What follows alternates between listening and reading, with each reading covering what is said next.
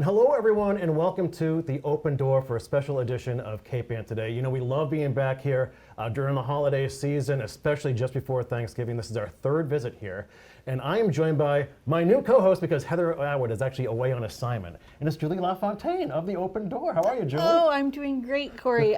So we were talking before the show, and I don't even dare to think that I can fill Heather's spot, but I'll sit here and answer the questions. Oh, this is going to be great. So what a great opportunity, and welcome back to The Open Door. Thank you so much. There's so much going on. I can't wait to touch upon all the different facets of The Open Door and the programs and friends that we're going to be sharing with the community today. So we'll get to that. So, by the way, Heather's daughter is actually getting married out in San Francisco, which is why she's not here. But she'll be back for our next show in early December. So, Julie, to start off, one, thanks for having us again. We love being back here. One thing that sort of struck me, working with you through spring and summer and fall is as you've navigated through COVID, and we're still navigating through that. But the Open Door has blossomed, and it's expanding and ever growing. But so have the needs of the community. And so it'll be interesting to see what your designs are to match and meet those needs. Yeah, well, absolutely. They say that change is opportunity, and we've had a lot of opportunity over the last couple of years, just trying to navigate through the pandemic, and then now the pandemic era, just we're still figuring out what that looks like.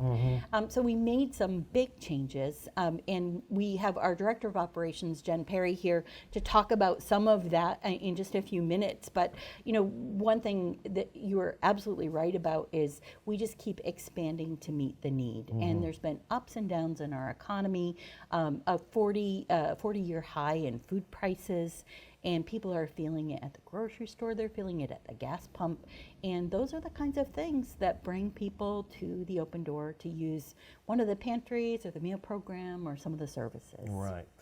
It's amazing work here too, and I do want to touch upon, we have an amazing list of guests today. So when we were when we were conceptualizing the show a little while back, why did you want to have these people on today? Oh, that's a great question. So we wanted to have some of our community partners here to show really that the Open Door is an intersection for the community. And there are many people who have nutrition programs, organizations that have nutrition programs here in town, and every one of them are intersecting with the Open Door. Nutrition is not just a food pantry issue. Nutrition is a healthcare issue. Nutrition is an issue for someone on a fixed income or for a retired veteran or so on and so forth. Right. And so we've invited some of our community partners here to talk about where the intersections are, why the work of the Open Door and the mission of connecting people to good food and alleviating the impact of hunger matters to their organization. And then we also have a couple team members here from our senior leadership team at the Open Door, our directors of operation, both for distribution and meals and also for our thrift operations. That's right.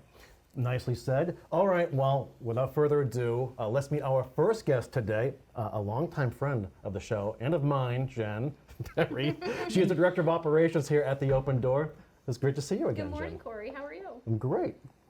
So I guess off the top, define your role here at the Open Door. Right. I do a little bit of everything. So as Julie said, I'm Director of Operations, and I'm overseeing all of our acquisition and distribution programs. I'm overseeing our culinary programs, our nutrition team, and our client services office, where we help connect clients to food stamps or SNAP. And obviously, it's an important time of year, an especially important time of year. How are you preparing for the holiday rush? Right. Yes, it's Thanksgiving at the Open Door, and I feel like my eyes should be twitching whenever I talk about Thanksgiving at the Open Door. Is it twitching? It feels like it should be twitching. It's very busy around here, but we are... It's really our Super Bowl. We call it our Super Bowl. Yes. Right. So we are gearing up for our Thanksgiving basket program, and we are anticipating a 20% increase this year compared to last year. We have more people registered with still a week to go than we had received baskets last year at Thanksgiving. So it's going to be a big holiday for us. Food is something that brings us together, and so we want people to be able to put a feast on their table at home and celebrate the holiday like we all do, with friends and family and great food. And we also know that celebratory foods look differently to people from different backgrounds or different dietary needs. point. And so we, at this time of year, it may not be a turkey for those folks, or they may need different sides. And so we can also issue gift cards so that people can create a holiday memory that is going to work for their family. Very nice. So it brings food equity and it aligns with someone's own idea of what the holidays are. Right. So now how many folks here are actually working basically around the clock to help keep this operation underfoot? Well, it's all hands on deck. On Saturday, we will have every team member working a shift somewhere. We'll be giving out our Thanksgiving baskets. It's really the kickoff of the distribution to our pantry clients. But we'll also be at 6 supermarkets for a food drive. So everyone's gonna put in some extra time on Saturday. Oh yeah, do you want to talk about that for a little bit? Yes. So we will be at 6 supermarkets on Saturday. We'll be at 3 in Gloucester, at Market Basket, Eastern Ave, Shaw's, and Stop and Shop. And then we'll be at Crosby's in Manchester, and Ipswich Shaw's, and Market Basket in Rowley. Very nice. And we'll be there 9 to 3, and we'll have a branded vehicle so you can find us in the parking lot, and we'll be collecting, all kinds of donated items, but we're putting the focus on breakfast foods this year. So, cereal and juice and syrup and pancake and waffle mix. foods And like why is that, Jen?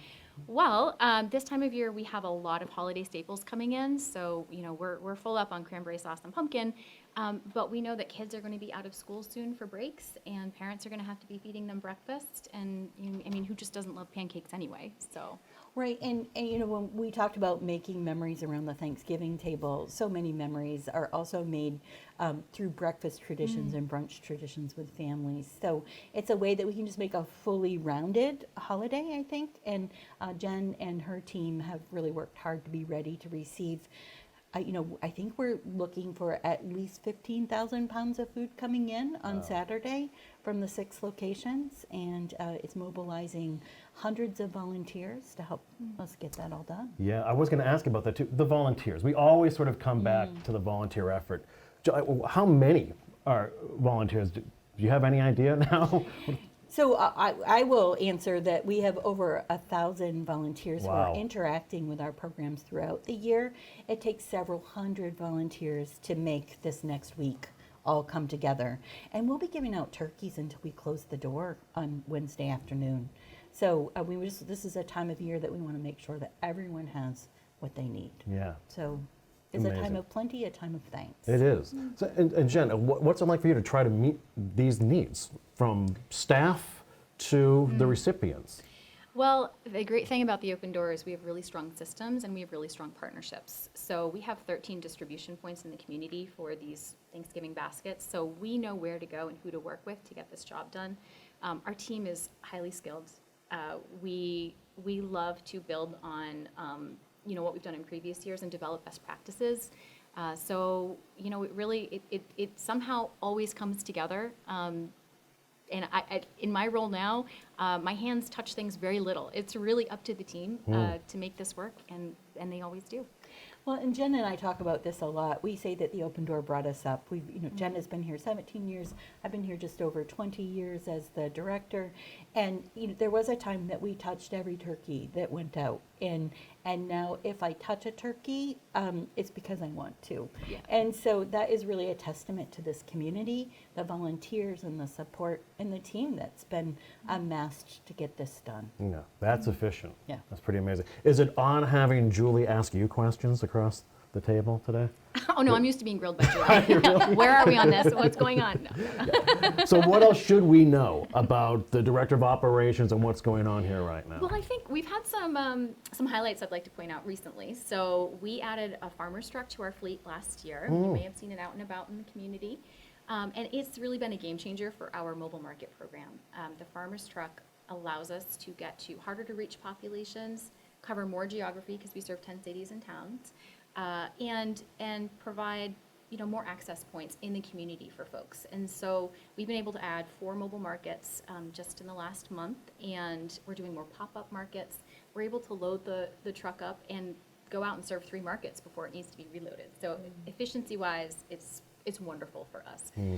We also have our online shopping platform, Smart Choice, which we actually launched last June, but it's really been helpful for absorbing this increased need.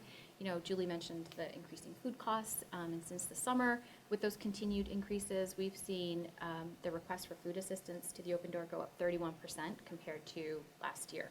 So there is more need, but we're able to absorb that because we have such a great distribution system through our food pantries, and we all got used to going online to order groceries during the pandemic. Yeah. It's just a socially acceptable way of getting your food, and now our clients have that ability too. Very nice. It really is. And, Jen mentioned the farmer's truck. We're always looking to reduce the barriers to access for our clients. And, as we talk to our clients to say, what are the things that are keeping you from getting food? Transportation is right up there on the top of the list. It's tough to get transportation to get here. And so instead of 100 cars finding their way to the pantry, we can go to one market location and serve 100 people. Yeah. And it also addresses something else that is really kind of runs through all of our programs, and that's the social stigma. So sometimes you feel like, I don't want to go to the food pantry, but if you're going to the farmer's truck, it's like you're going to a farmer's market, or something that is special just for your neighborhood or your senior center or your college campus or school, elementary school. And there's something equalizing about it. And we really try to look at food access through the equity lens. Now, when the Open Door began, which communities were you serving?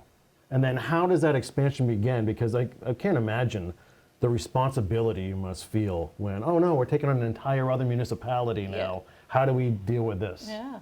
So we started in 1978 with just serving Cape Ann and Ipswich. And we added in 2016 all the towns contiguous to Ipswich. And then by virtue of proximity, we're taking our farmer's truck to the North Shore Community College campuses to address student hunger in both Lynn and Danvers. So it's 12 North Shore cities and towns.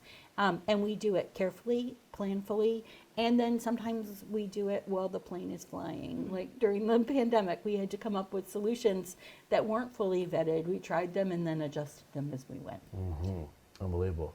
All right, Jen, before you let you off the hook, anything else that you want folks to know about the Open Door as we prepare for this holiday season? Well, I think the Open Door is just a trusted community resource, and we can get the job done. And so come out on Saturday and donate your breakfast items. Yeah, sounds great to me.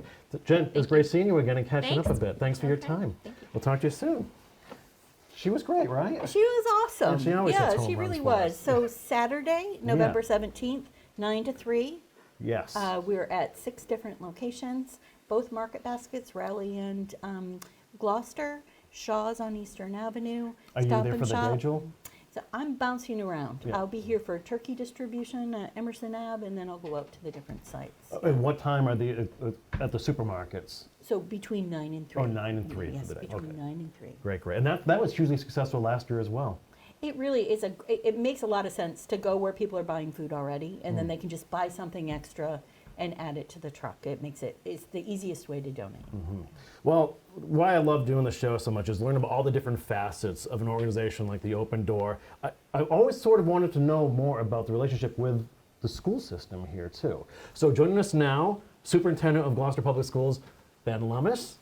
How you doing, Ben? It's great to see you again, in person now. How about that? What a Yeah. concept. We've had a lot of Zoom We'll do conversations. a fist bump. Great There to we see go. you. All right. Nice Glad to to see be you. here at the Yeah. Open Door. How are you? I'm all right. I was instructed to modify to adjust this. Oh, Is there that you go. okay, everyone? Yeah. All right, great. Good to see both of you. So Ben, I guess off the top, can you sort of explain the relationship that the schools have with the Open Door? Well, I think of the Open Door as like a community and service are things that come to mind. And certainly in terms of the school community, you guys have provided a lot of service,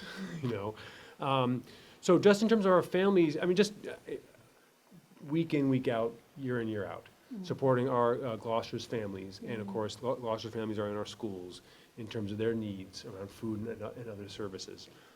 More recently, you have an up and running a weekly food truck at the Veterans School, which is over there at St. Anne's right now, and that is going like gangbusters. Every Friday, I think it is, our food trucks out there at the end of the school day, and our families are congregating. They're coming together. They're connecting with each other, and of course, they're getting the food they need from the Open Door. And my understanding, I haven't been there yet, but my understanding is it's cleaned out. They do. Yeah, They come as soon as school is let out, and it's really great because kids are shopping, parents are shopping, teachers are shopping, Yeah. and that's intentional. Sometimes right. people might say, "Well, why is that?" And we've found that the most successful markets are what we would call a universal market, meaning that if you attend the school, if you have a child in the school, if you work at the school, if you're a custodian or a teacher, the market's for everyone, and it takes away that stigma. By making it universal. This is the Veterans Elementary School Yeah. market. Yeah. And I think really for people to take that step to get the help that they need, taking away the stigma is just so important. It's a really big piece, especially in a mixed community like all our schools are, to make sure that folks don't think it's just for one group or another group. But as you said, Right. for staff, for students, for teachers, then it becomes a real community-oriented service. Right. Yeah.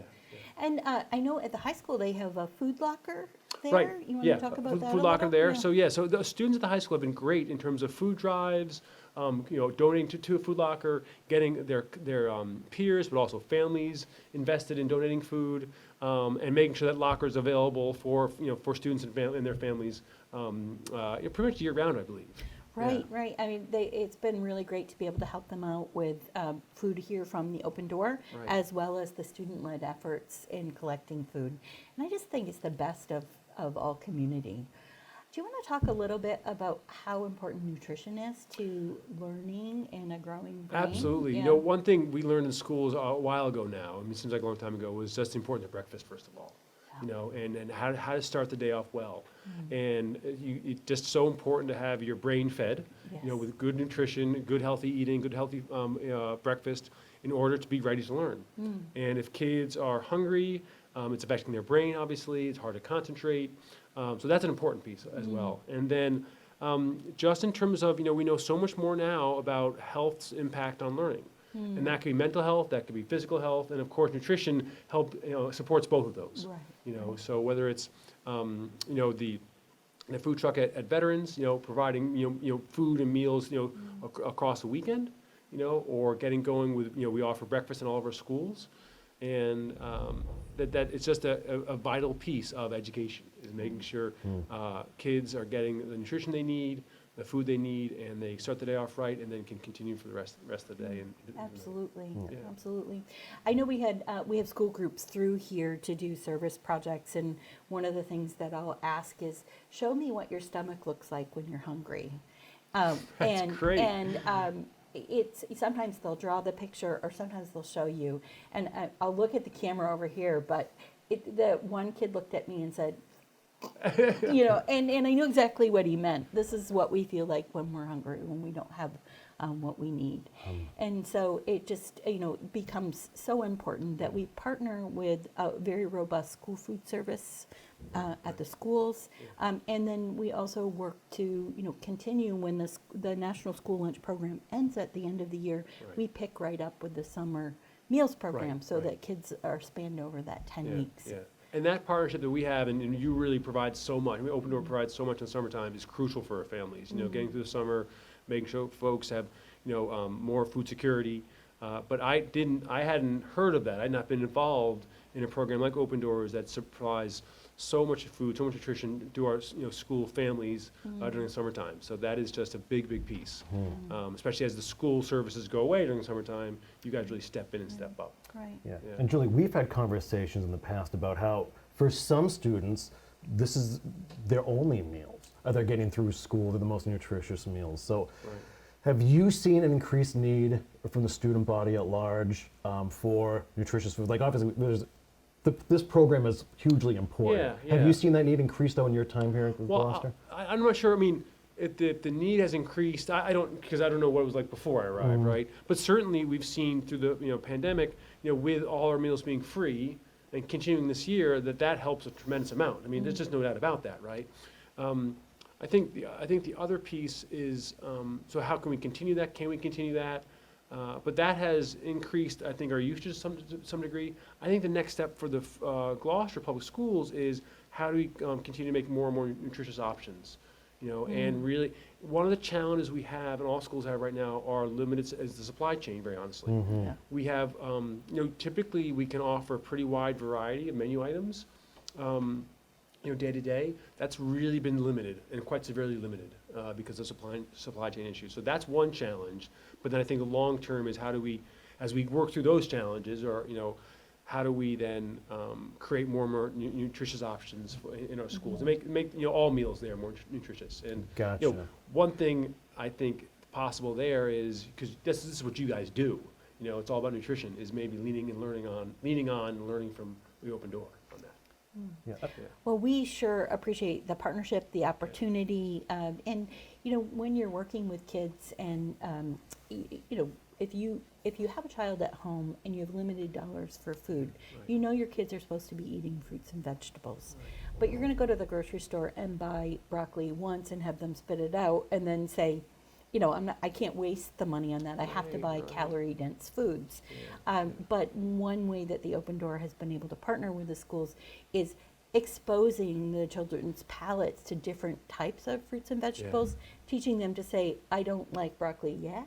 Right. And I think, there's a statistic that says you have to at least try it 7 times before you know if you really like it or not. And sometimes kids think they don't like things Right, before they've tried it. Yeah.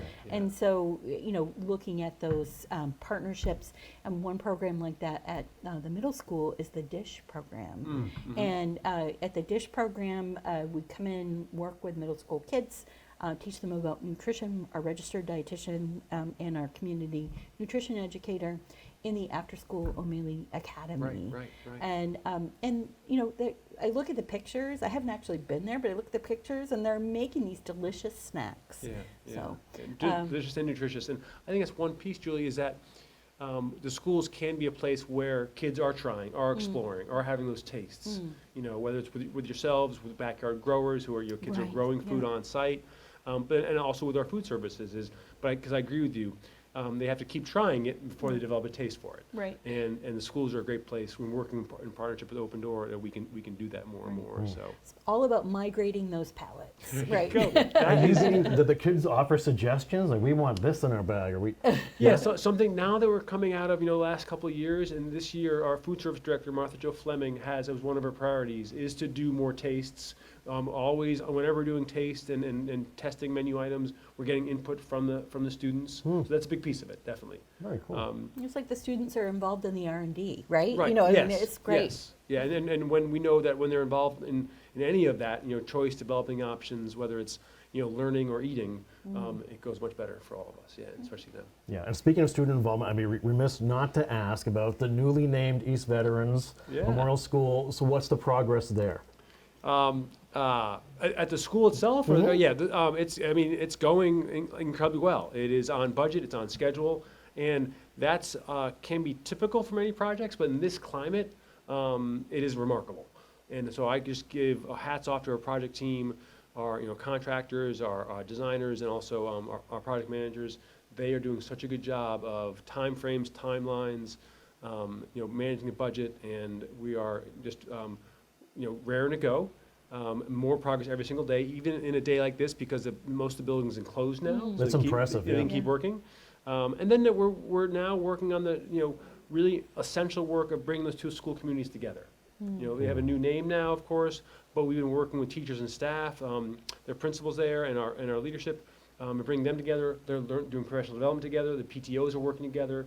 So there's the building part of it, but then there's also the people part of it. And the people part of it is it's more important, I'd say, but also actually more complicated than putting up a building.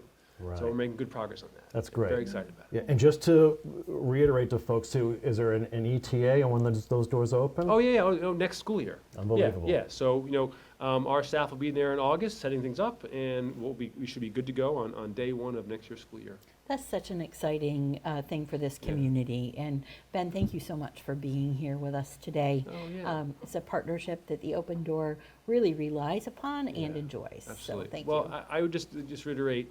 I'd right back at you, Julie. I mean, I think Open Door is, as I've learned more and more about you guys and the organization, community and service is really what I said before. But you bring so many people together, people you serve and provide nutritious meals and food to, but also the folks who are helping out here. And you're open to our students helping out and their families. And that is, it's much more, the Open Door, I think, is much more than just providing nutritious food. It is about really helping this community move forward. And I give you guys tons of credit for that. Well, thank you. It is all about community. Thank you so much. Yeah. Well said, Ben. Ben, thank you so much for your time. We appreciate Thank you. it. Thank you, Julie. All right, have a good Thanksgiving, everybody. Thank you, Ben. There's Ben Lemus, the superintendent of Gloucester Public Schools. Amazing stuff, huh? Really good stuff. Yeah. How lucky are we? I know. You know, to have such a great community, really keyed into things that will help our children grow and be successful. Yeah, and as you help put up this guest list together this week, man, God, we have some heavy hitters we're talking to. It's really amazing when you think of it, you know, the intersection of all these community groups working together to lift everybody up. It's so impressive. Just as a reminder, just a special place that we live in. It is. I mean, and it's the true definition of community. It's no one thing. It's everyone together. Right. All right, moving on now. Jason Andre, come have a seat, buddy. I just met you a little while ago, Jason. It's great to finally see you. Hi, Jason. Kory. Good to see you. Julie, good to see you Nice again. to see you. Jason, VP at Addison Gilbert Hospital. I am. That's and a also- lofty title. I love that. It is. I'm also a proud board member for the Open Door as That's well. right. So it's great to be here. I appreciate the time. Oh, thank you for being here. Welcome. Thanks for coming. Yes. Yeah. So, how did you? So, your involvement with the Open Door. How did that begin? And being on the board, how satisfying is that to be a part of how the organization? Well, to take that second part, it's incredibly satisfying. I think the work that the Open Door has done for this community is amazing. I've been part of some of the Open Bowl I've been part of some of the Oh, the empty bowl empty dinner. bowl. Oh, yeah. Yes. Yeah. I keep calling it Open Door, empty Yeah, bowl. it's tough. Yeah. It's a tongue So, twister. but that was my first introduction to the Open Door, and it was an incredible event, and I was sold and thrilled to join the board and talking to Julie and the team. It was a great intersection between what we do at the hospital and for the community, as well as what Open Door. There's a lot of overlap with our missions and visions, which is incredible. So I guess right off the top, how did this partnership come about? I mean, you would think of the food pantry and a hospital working hand in hand. How does that actually work? There's the age-old adage of an apple a day keeps the doctor away. And right now we're seeing an unprecedented amount of patients coming through the hospital. And as everybody knows, diet and exercise go a long way into reducing some of the chronic conditions that everybody sees: heart disease, high cholesterol, heart attacks, strokes. So working with the Open Door to provide the medical nutrition therapy and the medically tailored groceries help reduce some of these chronic conditions that keep patients home. That's what we want to do for the community, is to keep you home, keep you healthy, and reserve the hospital services for those who truly need it, because nobody wants to spend 8 hours in an emergency department. And after this pandemic and the volumes we're seeing, sometimes that's the unfortunate situation. So if Yeah. we can work together to keep people in the community healthy, it goes a long way. So at the hospital, in addition, we have nutritionists there that can work in hand with some of the Open Door nutritionists to kind of have that hospital to community handoff. We have diabetes educators. We have a lifestyle management institute where all of this kind of wraps up so that patients can get the medical side of the care and then get the nutrition side of what they need from the Open Door. Interesting. Yeah, so Jason is exactly right. There's a lot of really great adjacencies between our organizations. And if you think about it, nutrition is the first and best building block to better health. Absolutely. And so as we started looking at what was bringing people to us, we realized that we needed to make a commitment. We realized early on that we needed to make a commitment to making sure we have fresh fruits and vegetables and proteins and dairy products beyond just the canned goods. And so in fact at the Open Door, 35% of what we distribute is fresh produce. And there are some people who come and only take fresh produce. But you asked how our partnership got started. Yeah. We really started looking at the services that we provided through the Open Door, not just as emergency services. That's often what people think of. They think of canned corn and peanut butter, kind of the USDA products from long ago. But in fact, we really needed to be addressing this as not a public health issue, but a healthcare issue. It's really having access to food and nutrition, in a socially acceptable environment, is a social determinant of your health from the day you're born until the day you leave the earth. And we kind of partnered with the hospital to make sure we're addressing everything in between. Yeah. well, it seems like such a natural fit. It is, and it has had some trickle-down benefits too. I know you just spoke with Superintendent Lummis. Over at the high school, we have a health center that the hospital helps run, and they have a free food locker that they couple with the Open Door. They have students that volunteer with the Open Door so that we can get some of these families that have inequities introduced to the Open Door. So if a student comes home with a full meal from the free food locker, oh, where did this come from? Came from the school, and they work with the Open Door, and then it starts making that connection so that some of these families aren't hungry or get the fresh produce that And they makes may not that have first access to. entry point to say, oh, Exactly. look, here's I can get some help and it will make a difference. Because some people don't know they're there when they're there, and they need to figure out what that entry point is and overcome some of the stigmas of that entry point. And I think some of the work the Open Door has done with the online ordering really has reduced some of that stigma. So moving forward, how do you see this relationship strengthened? Are there things that, is there a wish list of things that you think you can both help provide the community together? Or brainstorming sessions, or what do we do next? I think Julie and I are working on that. I'm newer into my role. I'm just about a year and a half into my role, and I think the future is bright. Addison Gilbert and Beverly Hospital, who we partner with, are pillars in the Cape Ann and Beverly communities. And especially for Addison, we want to keep that as a resilient beacon on Cape Ann, and working with community partners to address some of these inequities and social determinants of health is what the future is going to bring for this collaboration. So, you know, her nutritionists and some of the hospital nutritionists and care teams can start to collaborate and figure out how we can, you know, bridge that gap between what services are received in the hospital from an inpatient side or an outpatient side to what is really needed in the community. Take what you learn from a healthcare standpoint and build on that when you're home and healthy. Now, Jason is absolutely right. I think, you know, in the brainstorming sessions that we've had this continuum of care. So someone is hospitalized, they're being sent home, they're told to eat, you know, a diet that is changed drastically. They have check-in points with their physician or nutritionist, but here's a community partner. The Open Door can help someone make those changes and provide some support. And we're doing that through a program called Medically Tailored Groceries. We do have a registered licensed dietitian on staff who is working with about 12 people at a time, and we'll do a 12-week program where they'll get one-on-one counseling, weekly one-on-one counseling, food from our kitchen, food from our pantry, and then ongoing wraparound support after they finish the 12-week program. So that's Medically Tailored Groceries, one of the first in the country, actually. We have one of the first medically tailored grocery programs. Medically tailored meals are more prevalent, and for example, at community servings is medically tailored meals. see. But we're really focusing in on groceries because that's what we can provide the best. Right. And the fresh is what the key is, because you talk about the canned corn and the peanut butter. Yeah. The amount of sodium that are in those cans is valuable as having the food is, but you know, looking at how we can tailor that to somebody who's on a low sodium or restricted diet. Well, and moving from a calorie-dense diet to a nutrient-rich diet is, you know, it's, we were talking with the superintendent just a few minutes ago, it's a migration of your palate. If you're Right. used to eating a certain way, lifestyle changes are not always easy to make. I know that myself. And so to put some supports in place for people who may be struggling with a whole other set of challenges is something that we can Right. do in partnership with the hospital. Right. Exactly. And now here come the holidays, right? So cold and flu season, depression, it's darker earlier, a COVID uptick. You know, how do you continue to prepare to just stay in front of this? We have a strong team at the hospital, and we engage our community partners, but vaccinations,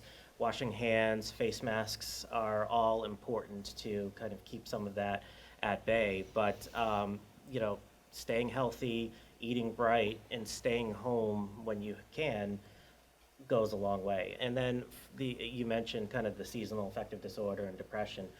What some of our community is seeing now from a behavioral health standpoint is not been seen in a long time, or not been talked about in the way it's been talked about now. And so we continue to work on building up our behavioral health resources, expanding the amount of counselors we have, and really trying to staff up, because people need that extra person to talk to. And again, it's about kind of that first step and bridging the gap. And if you want to get healthy, both mentally and physically, it could be a big change, and everybody needs a little bit of assistance, and that's okay. Right. Because we don't want to get to the point where it becomes a medical emergency.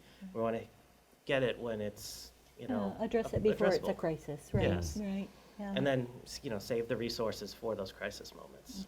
Well said, Jason. Okay, so before we let you go, Sure. just a message to the community about maybe how they can get more involved in the Open Door, or what you love about being part of the Open Door organization. I think really the Open Door is an incredible family. I think you have that small town grocer feel and not a food pantry feel. You have a small town grocer feel, and KPN here really embodies that small town coastal community, and kind of from the people that you talk to walking in, from putting in your orders, calling on the phone, they're here to help, and there's, like I said, no stigma.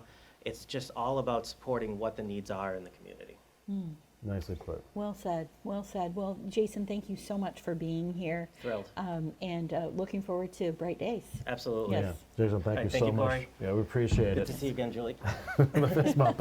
Yeah, this is Jason Andre, the Vice President of Addison Gilbert Hospital. That was a great conversation. I learned a lot with their amazing stuff, huh? And it's really remarkable. Yeah. And, it's been great to have, through the pandemic, have Jason working with us, just thinking about what do we do, what do we not do, and it's just been good to have his voice at the table from a logistical point of view. So, Yeah. Do you just pinch yourself every day when you see, I mean, amongst the community, the volunteers, the staff, your partners? Right. It's unbelievable. Absolutely. And I say, how lucky are we to live here? I don't live in Gloucester, but I spend all my waking hours here. Yes, you do. I do live on Cape Ann, and I feel so lucky to be here.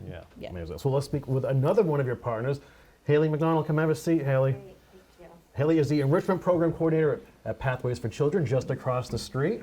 Nice to see you, Haley, again. Thank you for having me. Haley. Yeah. Hi, Julie. Welcome. Thank Yeah. you for having us. Yeah, Oh, virtually can- next door neighbors. That's right. And can I just start by saying, have you seen that mural? Yes, it's awesome. Remarkable. Yeah.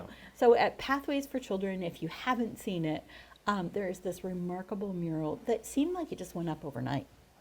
It Yeah. basically did. Yes. And it certainly has added a lot of color and vibrant to Emerson Ave. So I'm glad that you appreciate it as much as we do. Yes. Well, it makes us proud to be in this end of the street. So Haley, first question, like with everybody else, the partnership with the Open Door. How do you collaborate with one another? Certainly. And your role in that as Sure. well. So Open Door is obviously crucial to us as to the whole community. So yes, I work at Pathways. I'm the Family Enrichment Program Manager. And with that, I work with the parents. So as many of you are probably familiar with in regards to the child care program and our Head Start programming, we also have programs for parent education and support. So families can come over, and anybody from the community, your children don't have to be enrolled in Head Start or the child care programs, and access support.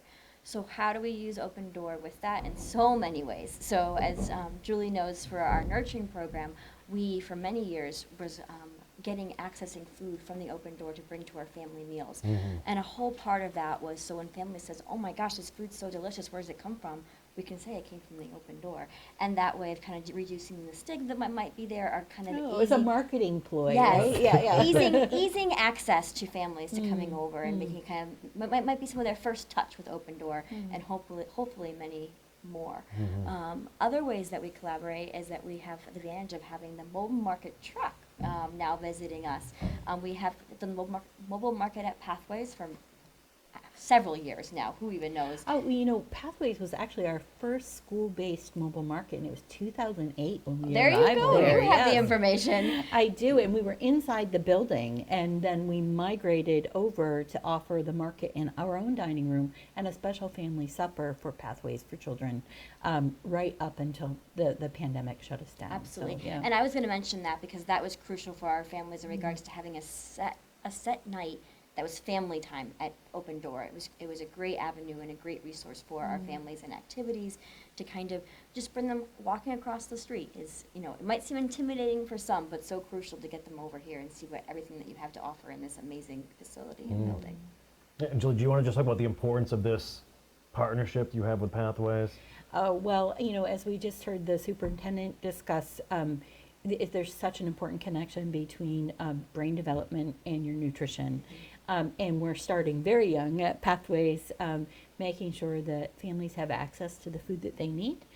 And also the nutrition education pieces and migrating the palate, letting kids try things maybe for the first time. And it's kind of like a low barrier try. You can like it or not like it, and then you can try it again and like it or not like it, without putting a financial burden on a family food budget when they're buying things that their kids might not eat, that they want them to try. And we have just been so pleased. It was our very first school-based market. Mobile markets are everywhere now, but when we first started the mobile market in 2005, we were like the only ones here in Massachusetts. And many people replicated that program, and we were doing public housing neighborhoods. But we approached Pathways, and Sue Todd and the team were just ready to welcome us for a school-based market. And it made the most sense to, Absolutely. Yeah. You have parents picking up kids. You're working with the youngest Gloucester residents, so get them started young, exposing them to all of the fruit and vegetables that Open Door can offer. It's crucial, like you said, to brain development. And we talk about in terms of the recipe cards that Open Door would provide that would match the fruits and vegetables that were available market. And so to be able to talk to the kids about what did the green vegetable taste like, and being able to capture their senses towards what they're eating, to be able to link it to it. And if their friends are talking about it, they might go home now and try it, and to be able to encourage that, the diversity of your palate. Interesting.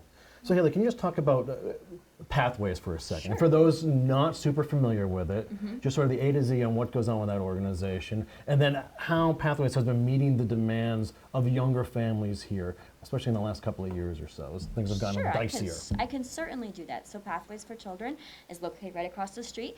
We also have centers in Beverly and Salem. We hold the Head Start contract, which works with early education and care for our youngest residents. So we have an early Head Start contract that technically starts at age 6 weeks, Wow. and then Head Start goes to age 5, right before the kids transition off to kindergarten. And that is for children who need extra support in regards to preschool learning, for parents who are income eligible.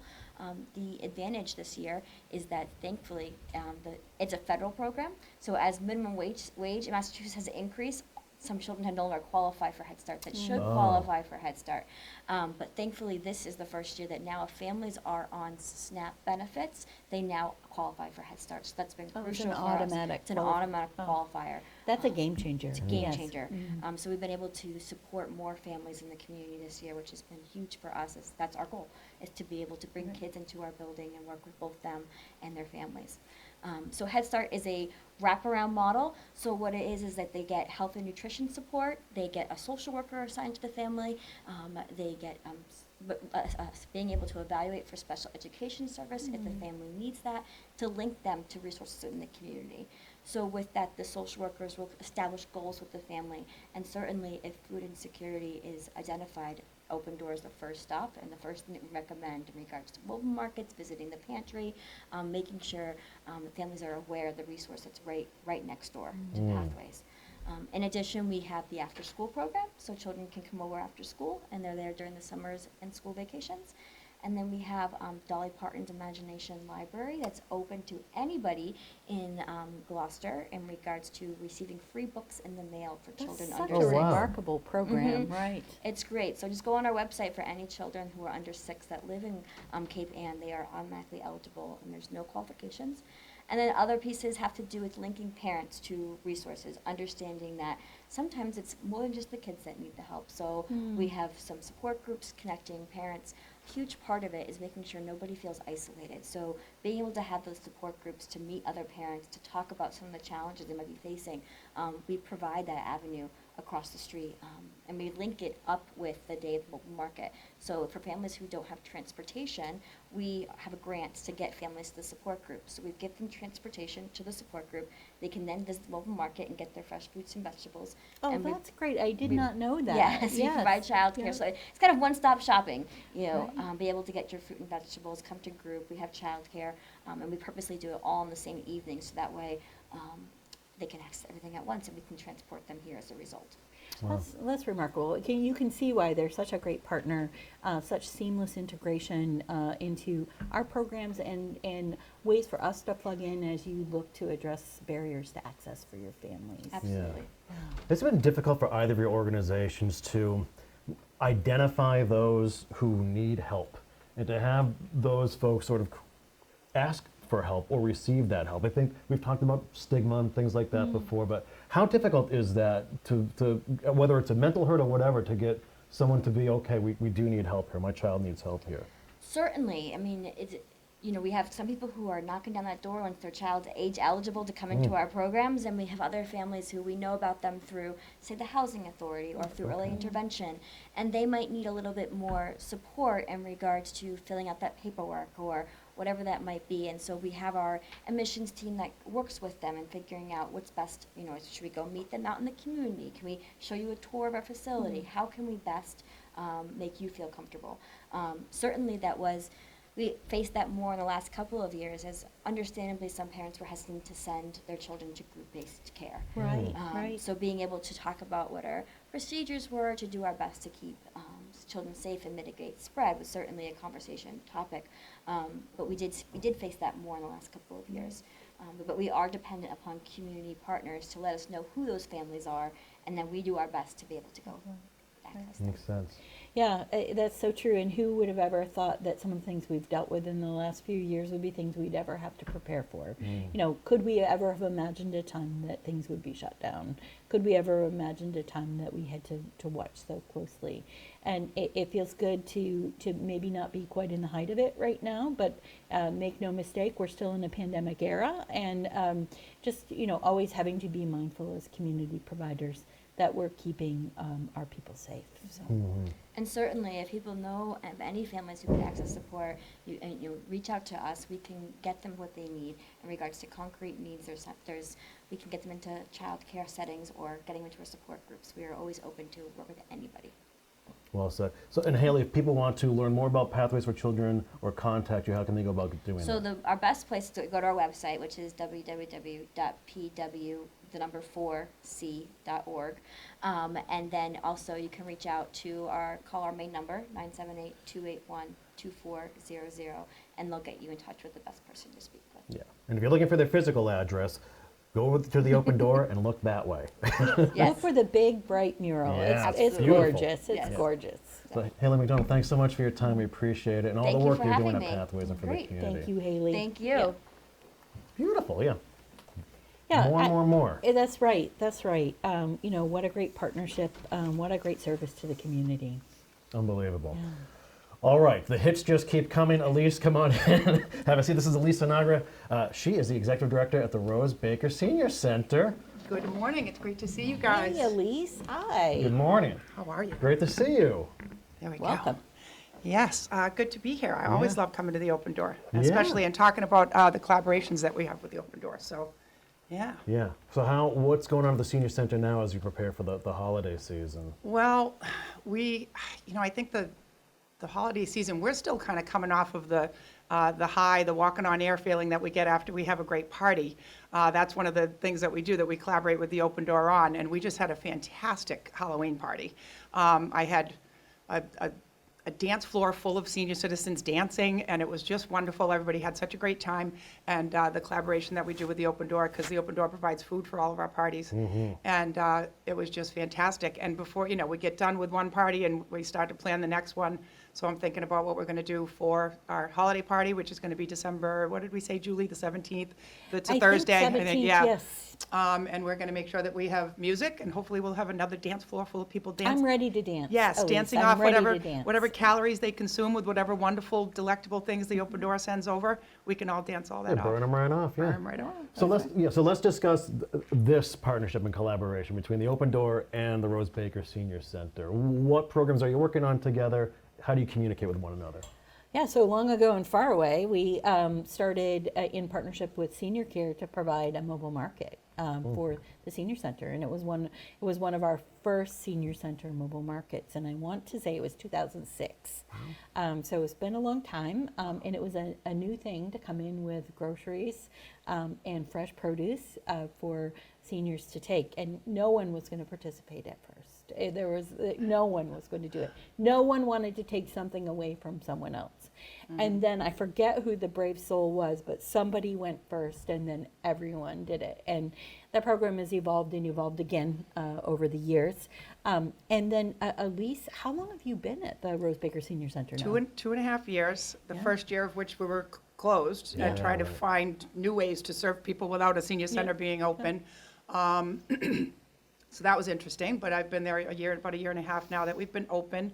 And that mobile market program that you were just talking about, Julie, is growing. I can just see how important it is to the community. The numbers, I think especially with everybody's, like everybody's aware of and talking about is, inflation and rising costs of everything everywhere. And I'm seeing that kind of reflected in the numbers of people that we're serving through that mobile market program. Well, The and number especially- just seems to be yeah. growing like every month, so. Someone on a fixed income, if you're on a fixed income and the price of food jumps up 30%, you don't have 30% more in your fixed income. Exactly. And so we have to get creative. And some of the ways we get creative, pre-pandemic, we'd been doing a meal program, kind of an add-on meal program, which was called it Senior Soup and Salad. So it was a salad bar and a stout soup, as Fred Cowan likes to say, a stout soup. And it was a place for seniors to come in and have a bite and have some community. And we're not back up to pre-pandemic levels, but I think we're providing meals two days a week for you now. Our Thursday and Friday lunches that are provided by the Open Door are out of this world. We get a soup and a sandwich, and we're serving about 40 to 50 seniors that come down for those Thursday and Friday lunches. Yeah, I've been. Yeah, they're fantastic. The sandwiches are always great. The soups are just like to die for. The soups are so incredibly good. Everybody's always buzzing about how good the soups are. A lot of people take the recipes. They have the ingredients list so people can see if there's anything they're allergic to. But I hear a lot of seniors say to me, they send over the ingredients, but I want the recipe because they really love the soups.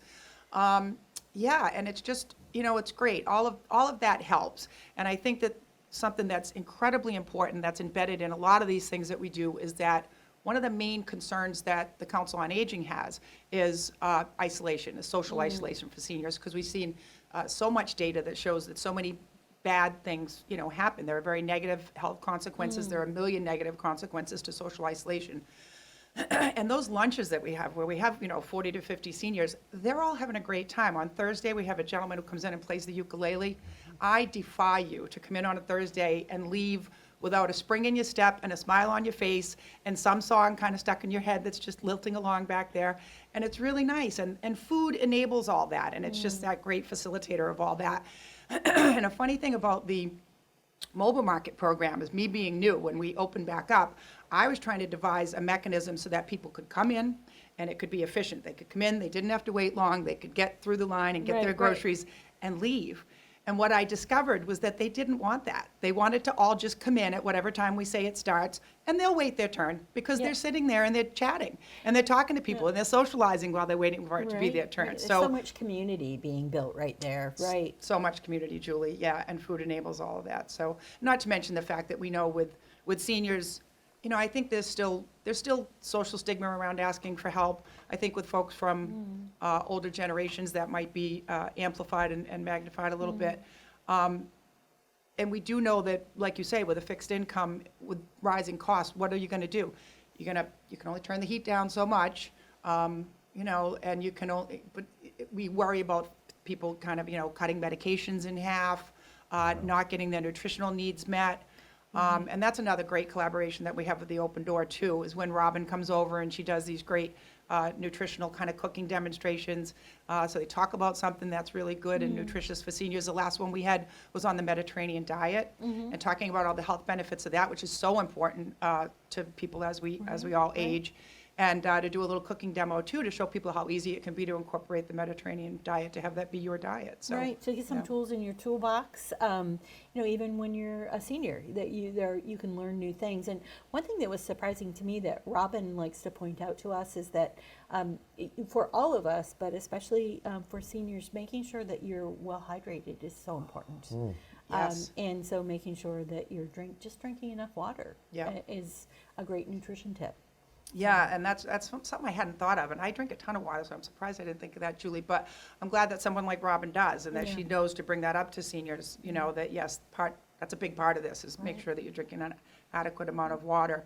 Our collaboration with the Open Door even expands to kind of non-food senior needs, because another need that seniors have, again, this goes with socializing, is also the need to express themselves creatively. So we have a great art program, and our seniors that participate in the art program look forward every year to being creative with the bowls that they create for the You empty should for see the some empty of the bowl. bowls that come out of, with Junie Van Yep. Dyke and the team over there, that come out of their, you have a kiln over there, right? There is Yes, a, yep, we yes. have a kiln, and they Yeah. absolutely love it so much. And they love not only just expressing creativity, but again, that sense of community, knowing Yeah. that they're contributing to this organization that they know contributes back so much to the Right, community, and they get to feel a part of that. And that, that feels a very, very real, very human need, so, yeah, it's Well, awesome. it's a pleasure to work with you, to work with your team, and to help provide resources. Yeah. And thank you for the honor of being able to work with you. Thank you, Julie. I can't say enough. All these things that we do with the Open Door, all these collaborations, they're all so easy. Like every single thing that we reach out to the Open Door for, it's a yes organization, and not only is it yes, but it's like just yes and easy. Like any way that you and your staff can possibly make it easy for us, you Well, may always it do. always So, be that way, right? good. Yes. It's awesome. Yeah. So thank you so much. Well, Elise, as we're preparing now for the holiday season, what are some things you want the community to be more aware of in regard to our seniors and things going on at the senior center? Well, as we're gearing up for the holidays, is just to remember that the holidays can be difficult for folks, especially folks who are socially isolated. And to give us a call if you're not maybe a joiner, and you're not quite ready to come in during one of our epic parties, or maybe one of those lunches is still kind of feels a little big for you. Give us a call, and we can talk to you about some of the other programs that we run, and we can just maybe get you on a friendly phone call program, maybe to just kind of ease any isolation that might be out there in the community for folks. With the holidays, I think that's just, you feel it more when you are Right, someone who's right. socially isolated. So we can be a resource for that. We have exercise instruction down there. A lot of folks come in and they get some fitness needs met through us. We have a memoir writers group, people that knit and crochet. We've got a really robust calendar of things going on, and the best way that folks can be aware of that, and I encourage everybody to do this, is give us a call at 978-325-5800 and ask to be put on our newsletter mailing list. We will send you a good old-fashioned hard copy piece of mail that will come in the mail, and it is kind of everything that's going on down there, the regularly scheduled stuff, the special event kind of offerings that we have. We had an event last week, I think we're going to repeat it too, where we had seniors come down and bring an electrical bill, so we could help them to make sense of that and see whether they're on the city's aggregation program. And yeah. just so we're always doing all kinds of different ways to try to be creative and help. And the best way to stay on top of that is to get on that newsletter mailing list, and you can always see what is going on with our collaborations with the Open Door as well. And we have, I'm excited about this, we're trying to put some evening programming in place. We know that seniors can't always get there before we close at 4 o'clock. On December 1st, we have musical entertainment taking place from 6 to 7:30, and that's going to be really fun. I planned it to be in conjunction with Ladies' Night, which we all know is so much Yeah, fun down on Main yeah. Street. So we're going to have some warm cider and donuts, and a gentleman down there playing feel-good blues. Stop Here we it. go. Count yes, me in. yeah, Right. so Yeah, that'll be fun. acoustic guitar, harmonica, warm cider and donuts. So yeah, do some shopping on Main Street, come down to the senior center. Great. Beautiful. Well, a vibrant menu of options for people. Elise, thank you so much for being here, and thank you for all Thank you you. do. Yeah. Thank you for all you do, Julie, and thank you for all you do as well, Kory. Oh, Yes. thanks, Lisa. It's always great Yeah, catching good, up with you. So good. we'll see you soon down at the I center. know, and is it too soon? We can say happy holidays, right? Yeah, Good. absolutely. That's I right. feel it is Thank to you. Great, Thank you, great. All right, Elise. good to see you both. Lisa Nagra, BD over at the Rose Baker Senior Center. You know why I love having conversations like this, Julie, is I think a lot of people in this community I think they appreciate what, like the Open Door does, what Rose Baker does, Addison Gilbert. But for a lot of folks, it just sort of stops at the facade or at the front door. I don't think a lot of people realize how many different things are going on here. I did a piece on Rose Baker for 1623, and to learn about what she did to put the programs together, and then just like the plethora of programmings that they offer. It's remarkable. Yeah, people have Sign no me up, idea. right? Yeah. Yes. Well, that's why. So Yeah. that's why we urge you just to if you have access to online, do a deep dive into in any of these the entities' websites when you have a chance to learn about all the programming and all the things they have available for folks out there. So it's impressive. Right, a community runs through all of it. And, to your point, community doesn't stop at the door. I mean, Right. we all work together. Right. Thank you. All right, coming up next, Susan, come have a seat. Susan's, I just did a video with you last week, Susan. Yes, you did. As we walked through SG Home. This is part of the Second Glance Thrift Shop, of course, has expanded over on Pond Road into this new bright space, and I had the opportunity to walk through with both of you recently, which was fascinating. So we'll talk about that, and of course, Susan, as Director of Thrift Operations, what your job entails and all these things you oversee, because things are booming in that neck of the woods. Things over are there. It booming is on gorgeous. Tupon Road. Yes, Yeah. they are. Yes, we're the thrift store, The Open Door. We're happy to be over at Tupon Road. We take your donations and we turn them into cash for The Open Door. So come on by and shop. It's a great experience. We're open Wednesday, Thursday, Friday, Saturday, and then Sunday, 12 to 5. Yeah, and I guess let's just talk about how this works now. Now, the Open Door Food Pantry is here in Emerson Avenue. You have the Second Glance Thrift Shop and now SG Home. How does this all work together? And what can, for folks who aren't familiar, I suppose, what is going on over on Pond Road? So what's going on over Pond Road is a two-building thrift store. We have a donation center. Donations come in, things get processed by our amazing staff and our volunteers, things get priced, and then they go out into two sales floors. We're open 4 days a week for shopping, like I said. We have a great team. We merchandise things beautifully. We get amazing donations from the community around here. It's just incredible. It blows my mind every single day, the types of things that we get donated. It's gorgeous. Quality of Yeah, things we this get isn't like a donated. run-of-the-mill yard sale. Like this, these are beautiful items. Beautiful Yeah. items, all at lower cost than regular retail. We have a wide array of pricing for every person. We sell furniture, we sell housewares, we sell knickknacks, we sell holiday decor, we sell clothing by the bucket, lots and lots of clothing, handbags, shoes, artwork, beautiful artwork. We live in an artsy community, so the artwork that comes in is incredible. It really is. And Susan, if I'm driving by on Wednesday morning, a corner of Pond Road and Eastern Avenue, and I see a line of 60 people, what are they waiting for?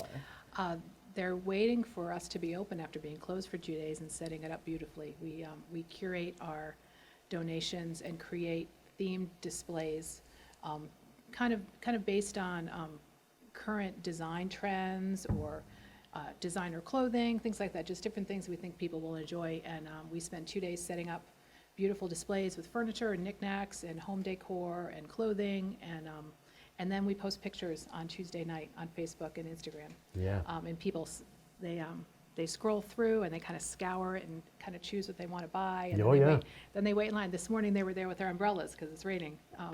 Yep, all lined up. And Kory, it's Yep. really something to see if you haven't seen it. People are lined up, wrapped around the back of the building. For real, this is no exaggeration. right. It's a long line. It's a long line, and people know exactly what they want Oh, yeah. because of the Yes. pictures that have been posted on social media. And, I have to say that Susan is quite the genius when it comes to social media. She's helped, post these pictures, create the pop-up theme on Wednesday mornings. And how, people are coming from far away. Where are they coming from? People are coming from far away. We did have a woman, she's recently moved, but she came at least once a month from Vermont to buy furniture, which was incredible. Wow. Now she lives too far away. She's in North Carolina, I think, so she couldn't take an airplane. She might surprise you. Maybe she'll come back If the and truck visit. pulls in, we know we're in Yeah. trouble.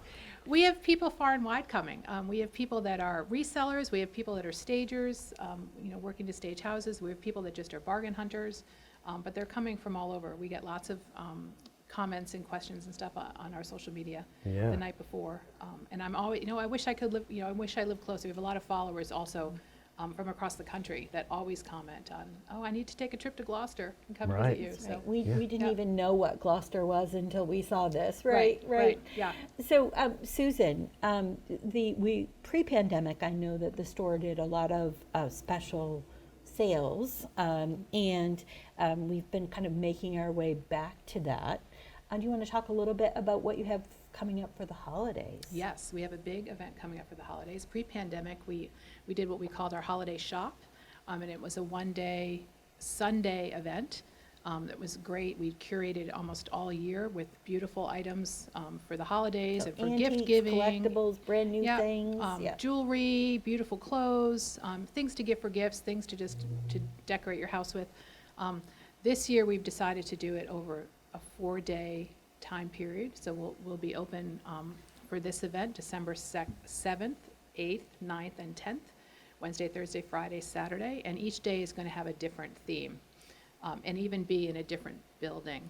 The main store will always be open, but then we're going to add our SG Home building 2 of those days and do something extra special. We're going to have farmhouse Christmas decor. We're going to do a little bit of boho decor. We have lots of vintage Christmas items, if you didn't know, is super popular. All the shiny bright ornaments and the ceramic Christmas trees and Yeah, the big stars and everything. yes, Yeah. all that stuff. So that'll all be in this event. So Very cool. But, the holiday market is not just Christmas tree decorations. No. It's Christmas shopping, and it's a really tangible item. I mean, we have so much fast furniture, so much fast fashion now, but something that has stood the test of time. It may be decades old, and it's got that quality, but also kind of the thing that invokes a memory of, like, I remember my grandma had one of these. Yeah, I don't know how many people said about those ceramic trees, like, Yes. my grandmother had one of these. I can't believe I found this. And I think with all that we've been through these last couple of years,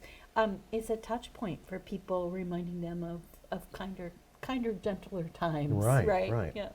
So, well, how important has it been to have the second glance and how SG Home serve the Open Doors mission?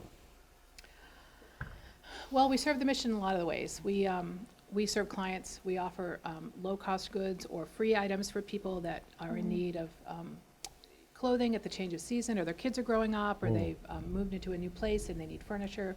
We provide the items free of charge. So that's a great way that we serve. We also, our goal this year, so if you're looking to donate, our goal this year is to provide 25% of the operating budget of the Open Door from Second Glance. And So that's the cash operating budget. So that's a heavy lift for them. Yeah, it is. SG Home, though, is going to help push us towards that goal. Yeah. Well, the really cool thing when you start walking through SG Home is, well, you always see online the beautiful displays that you mentioned earlier. Yep. Does it get competitive amongst the folks inside on? Oh, the shoppers? I've heard that too. The shoppers and the folks putting the displays together. we have a friendly competition, Yeah. yes. We have several merchandisers that all love it, and they actually work really well together. But, and the fun part for them, I think, is they all have kind of a different look, a different vibe. Yeah. Someone's very simplistic, someone's very country, someone's very, over the top. But sometimes they do kind of jockey for which piece they want, which couch do you want, which pillow do you want, but they work really, really well together. Yeah, it's funny. We were there Yes. for the opening day. We couldn't tell you how many noses were pressed against the glass. Like this, It yeah. was like, we want that. I Hoping need those for a end tables. glimpse, Those three. right? Yeah. Yeah. Yeah, awesome stuff too. So, okay, while we have you here, Susan, anything you want folks to know about Second Glance or SG Home as we prepare for the holiday season now? Well, number one, I want you to know, come shop. There's great things for your family. Think about, maybe you want to have one or two thrifted items or one or two secondhand items to give to your families this Christmas. It's good for the environment. So that's something my kids actually Guaranteed love. to be unique, Yes. right? Yep. It's unique and it's fun. So, come shop for Christmas or for the holiday season, and donate. We're in the busy season now, but very quickly in January, it starts to, we could use donations. So look around your house, see if there's things that you no longer like or use, or that still have some good life to them, and we would be happy to take them. And how does that process work? So we take our donations by appointment. You can go online to the website and sign up for a donation appointment or a furniture pickup. We pick up furniture. If you struggle at all with that, give us a call. We'll help you make the appointment, or show up and we can add you in and do it with you in person. If it's even hard to do over the phone, we're happy to help you right on the spot. We have donations, appointments every day. We take donations 7 days a week, and pretty much can get the time slot that works for you. Right. And Susan, many people would say, why do we still have to make an appointment? The pandemic is over. Do you want to talk about that at all? Yeah, we started the appointment system by the pandemic. Because of the pandemic, it was just easier to control flow and control people there and control the flow of stuff. But it's worked really well for us. It helps with the traffic flow. If you've all been over there, it's an interesting parking lot. So it's helpful to not have 5 or 6 or 7 cars or trucks all there at the same time. So it helps us with that. It also helps us keep track of donors. It helps us to give you more attention when you come. We're trying to keep organized in that back room. You get an automatically generated receipt from the appointment app that comes to keep track for your taxes. So once you do it, it's not that hard. If you take that first step to fill it in, next time you do it, it's super easy because all your information is already Right, and there in are there. 96 appointment slots a day, so there's probably not going to be a time that you can't make an appointment, but it does really Absolutely, help. right. Yes. And you have a little wiggle room, we don't make you stick exactly. People call and say, I'm going to be 3 minutes late. That's totally okay. Yeah. We understand. Yeah. So are people finding all the information through foodpantry.org? Yes, foodpantry.org is the website. There's a Second Glance tab there that they can drop down and get all information about Second Glance there. Wonderful. Yep. Well, thanks for getting us all Thank caught you. up, Susan. Thank you. I'll see you soon.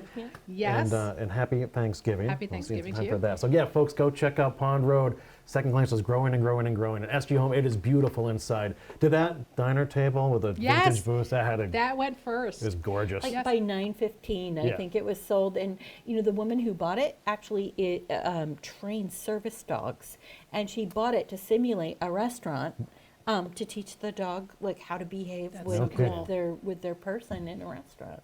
Yeah, Yeah, that was great. It was a great Yeah. thing. I had Yes. my eye on that too. Thank you but so much for next having time, me. let me know if next time another one of those comes You in. got it. Thanks, Susan. Yep. Thank Bye-bye. you, Susan. Beautiful.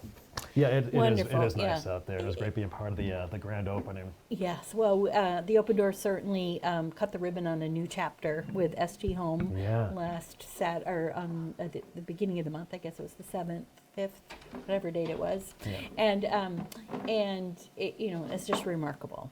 And there's always something awesome too about when there is a line out front of a place around here. Something special is going on inside. So just to have that sort of popularity and people coming back and back again, they wouldn't do it if it weren't quality items and for a good cause.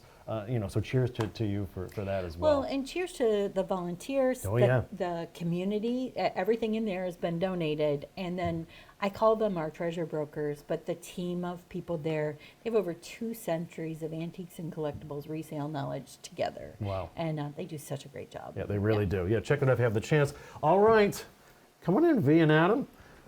Now we're going to sit with Adam Curcuru and V. Ciparini of Cape Ann Veterans Services. Great to see you both again. Good to see you. This has become a tradition of ours. Adam. here. You guys must have been talking about Second Glance. We were. I'm blown away Yes. with the awesome work that they do over there. We can always rely on the military folks to wait patiently, right? Just hurry up and wait. That's our motto, isn't it? Yeah, well, thanks for your patience today, folks. So I guess right off the top, obviously we have the holiday season's huge for veterans and preparing for Thanksgiving. I guess can we just talk about one, the collaboration with the Open Door and sort of things you're talking about there, and then specifically what you're doing and how the community can help as you prepare for Thanksgiving. Sure. Yeah, so our collaboration with the Open Door kind of evolved fairly quickly since COVID. We've noticed that a lot more people have been needing things, just not sure how to connect with the Open Door, how to break down that barrier and actually reach out and get those resources that they much need.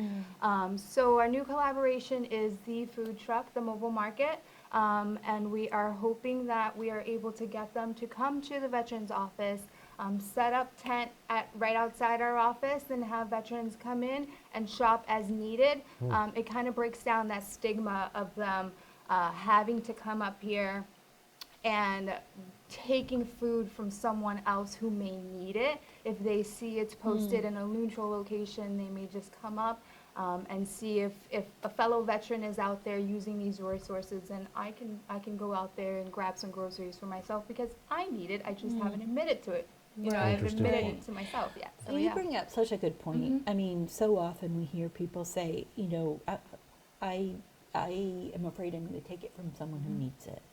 And do you hear that a lot with veterans We hear about that a veteran lot. services and We do. other things? We do. We've heard that time and time again. Anyone who comes in the office is usually saying, well, you know, I've done my time, but that's it. I don't want to take away benefits from someone else, or I'll leave this for someone else who may benefit from it a little bit more. But the reality is that if you don't take advantage of these benefits may not exist in the future, right? But there's Jeez. a need right now, you might as well access It's an it. amazing point, Vina, because these are folks dedicated to service for their entire lives. So of course they're going to sacrifice if they think someone else needs it before them. Like, Right. that's just how you're wired. Right, it's just human nature. Yeah.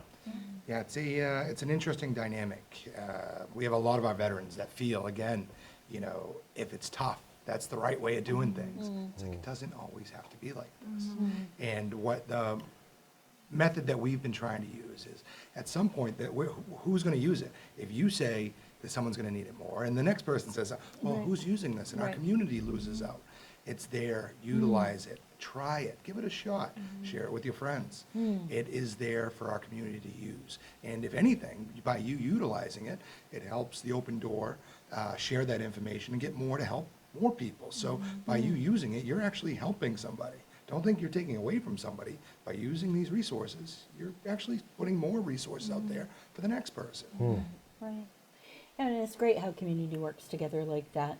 Adam, you recently shared a story with us about a veteran that you helped connect with us, who'd been living in his car and needed food not just for himself, but also for his dog, I think it was. Do you want to share that story, or?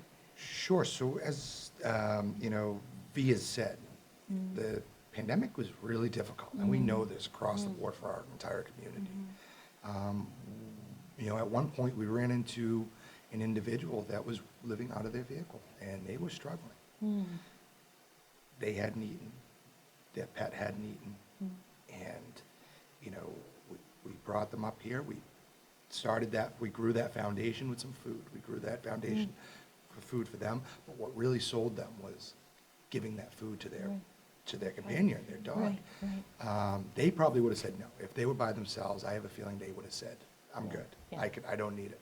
But because it was for, you know, Right. their one companion that was with them, well, we can go up and see what they have. And, you know, we went up here and said, do you have dog food? Well, what do you want? Soft or the hard dog food? I don't know. Can we have a little bit of both? Yeah. So we had a little bit of both, and that, you know, it set the framework to be able to assist this individual. Because otherwise, you know, again, food is, you know, the foundation to everything. You can't function without food. Whether you're a CEO of a company, whether you're just, you know, going to work on a normal day, whether you're a student over here at our schools, you cannot function without food. Right. And it's our foundation. So, you know, it is great to have that foundation here with Open Door, setting up, you know, our community for success and Yeah. everything they're doing. When does this individual, he or she turn the corner a bit now after connecting with all of you? It was a bumpy road for that individual. But, you know, we were able to connect them to the next level of resources based on what happened here. And that Right. was the door opener. It opened the door. Yeah, and then we are again talking about all that, the interconnectivity amongst all of you. Right.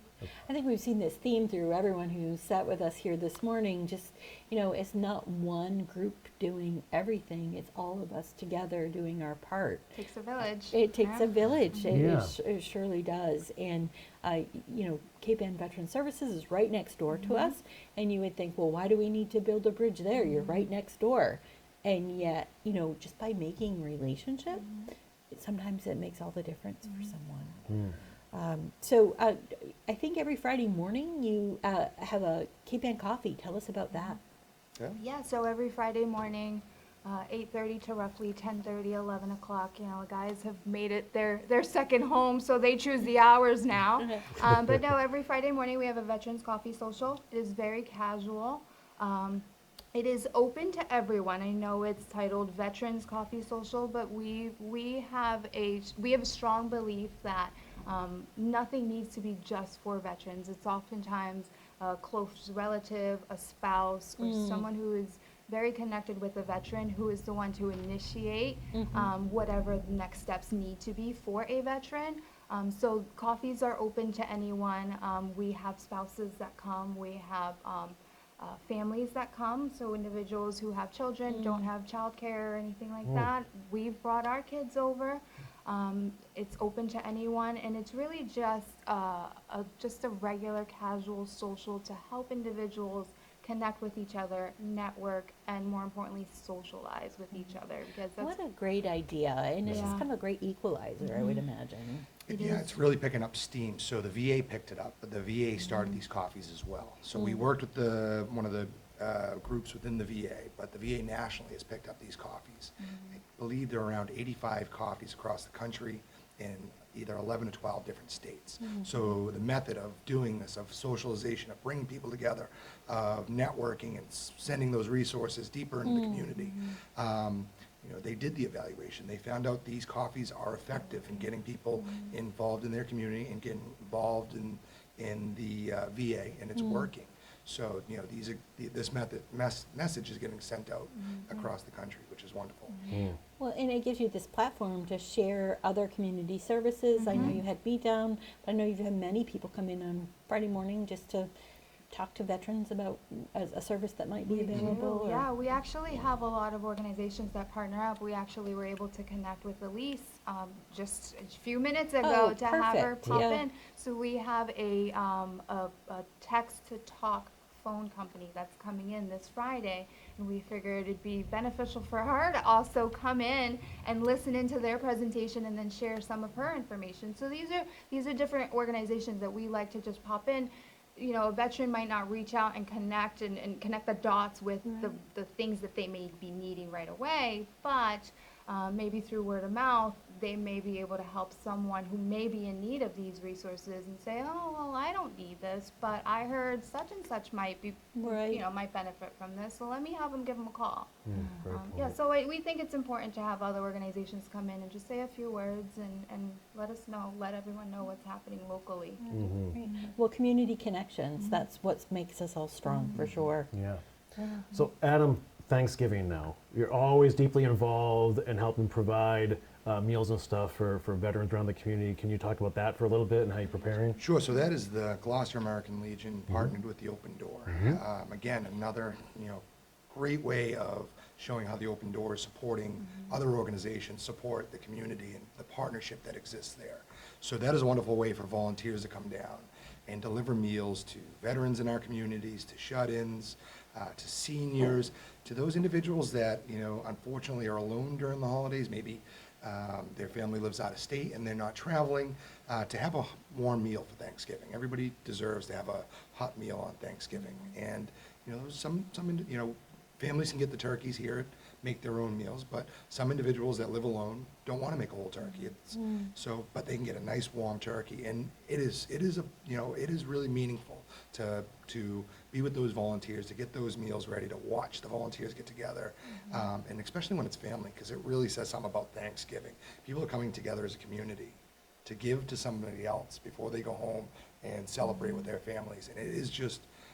It is emotional. It is wonderful to see the support in our community on Thanksgiving morning. Adam and V, I've been here, I had the privilege of joining in last Thanksgiving, and just seeing the line of cars of all the volunteers lined up.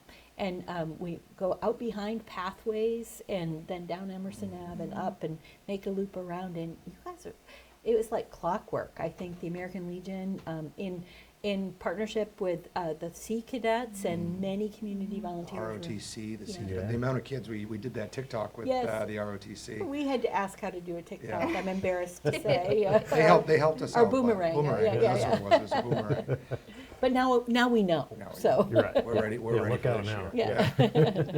Yeah. So how many veterans are you serving? Do you have an idea of how many are actually around the Cape Ann area and how many are helping? Sure, so we serve 5 communities. We serve Rockport, Gloucester, Manchester, Hamilton, and Wenham. But you could probably estimate that there's probably around 2,000 to 2,500 veterans between those 5 communities. all walks of life. I mean, we went to, one of the highlights for us was in Hamilton last week. We went to the 100th birthday of Stephen Parson in Hamilton. I wouldn't have pegged him for a year over 80. He was in great shape. He was great. He loved every minute of it. So we have veterans that are 100 plus down to veterans, in their early 20s. Early 20s, yeah. Spread out across our 5 communities. Yeah. Remarkable, and we're so grateful for the service of veterans. Thank you both for your service. Right in a half an hour, I think we're going to do a thank you for your service mobile market Oh. amid the rain, perhaps, just outside the Veterans Center. Yeah. So, Wonderful. yeah. So Adam and V, if people want to learn more about Cape Ann Veteran Services, how can they go about doing that? Yeah, they can reach out to us at 978-325-5730. That's our direct line to the office. You can leave a voicemail if we don't answer, or you can connect through us on Facebook if you are active on social media. We have a Facebook page, Cape Ann Veteran Services. Both Adam and I are admins on that page, so one of us would easily respond. As well as we each have our own Facebook pages, and we're so interconnected with our community. You can find us. Yeah, that's how we connect, and that's pretty easy. They're accessible, Yeah. I have to say. Yeah. They're easy to connect with. Yeah. Well, obviously, thanks for your service once again. It goes without saying, and thanks for your continued service to the community. It's always great catching up with you. We need to do one of these shows over at. Anytime. We get You to let do us that soon. know. Yeah, let's figure that out sooner than later. Okay. V. Chipperini, Adam Curcuru. Anything before you go? Just to thank you for helping us continue to share the message, Julie. Thank you for everything you've done to support us and to support our veterans and bringing us on an inclusion of sharing our message, and Kory helping us get the community message out, and just being a big part in helping all our local organizations talk about what they do and why it's so important. I appreciate really it, guys. appreciate it. Thank you so much. Thank you. Don't we look like twins, right, Adam and I? Yeah. You do, Yeah. yeah. That's like- All right, thanks for your time. It's great Thank you. We'll catch up with you soon. All right, Okay, sounds thank good. you. Thanks, guys. Adam Curcuru and V. Thank you. Chipperini of the Cape Ann Veteran Services. Awesome stuff, huh? Oh, good stuff all the way around. Yeah. You know- I feel good. My heart's full. It's been Yeah. an amazing hour and a half here at the Open Door. There was one thing that sort of stuck out to me. Obviously, the interconnectivity, like the things we talked about during the show. But the one thing was stigma, accessibility. So all these organizations working together to make this an easier experience for those who need help. I think that's what I'm walking away from. I'm the most impressed by. Right. And we can think we know what the barriers are or what the stigma is, but I think a lesson that gets brought home to me over and over again is, what is the client's experience? We can think we have it figured out, but when a client's voice is at the table, it makes all the difference. And Right. small tweaks in the way we do things, and that comes in through feedback from partners and direct clients, and it's all about continuing to do the best for the most people. Yeah. Well, Yeah. Julie, I can't tell you, it's been such a pleasure to work with you, and always, Please to tell become your Heather. friend over these years too Yeah. has been great. And so thanks for having us again today. If people want to learn more about the Open Door or Second Glance or SG Home, how can they go about doing that? Well, it's easy. It's foodpantry.org. You can go there and check us out. Our social media is the Open Door MA on both Facebook and Instagram. So if you want to start following the Second Glance posts, they go up on Tuesday night. And you can see what will be for sale on Wednesday morning, and perhaps be part of that crowd on Wednesday morning, Yeah. waiting in line. But it's been great to be here. Please tell Heather that I did my best. you did. You hit it out of the park, Julie. It was amazing. What a pleasure, and it's been great to get to know you. I met you Yeah. at Sidewalk Bazaar a million years A ago. long time ago, yeah. Very cool. So thanks so much for doing this. Of course, we'll be back here again. Of course, you just tap Sure. our shoulder and we'll be here, Julie. That's right. You know Thank that. you. So, okay, folks, so follow foodpantry.org. No donation is too small this season for any of these organizations we spoke to today. So thanks once again. We want to thank our guests, Jen Perry from the Open Door, Ben Lummis, Superintendent of Gloucester Public Schools, Jason Andre, the VP at Addison Global Hospital, Haley McDonald from Pathways for Children, Elisa Nagar from the Rose Baker Senior Center, Susan Zwart from I guess SG Home and the Second Glance Second shop, Glance, right? yep. And then Adam Kukra, Via Chipperini from Cape Ann Veterans Services. We have to thank our crew, of course. We have Alex Palmer on camera, floor manager Alana Horn, production manager Tyler Harinson, technical director Matt McMakin, digital director Matt Moore, operations coordinator Emily Games, executive director Eric Archer. Our next show is Friday, December 2nd at the beautiful Beauport Hotel. We have a great list of guests, and I believe music from Alexander Grace and Josh Cominelli that afternoon as well. So you can come down and be a part of that show if you'd like. So again, from all of us at 1623 Studios, thank you again, Julie, and the Open Door. Thank you, and thank you, viewers. Thank you, community. Yeah, have a great Thanksgiving, and we'll see you soon.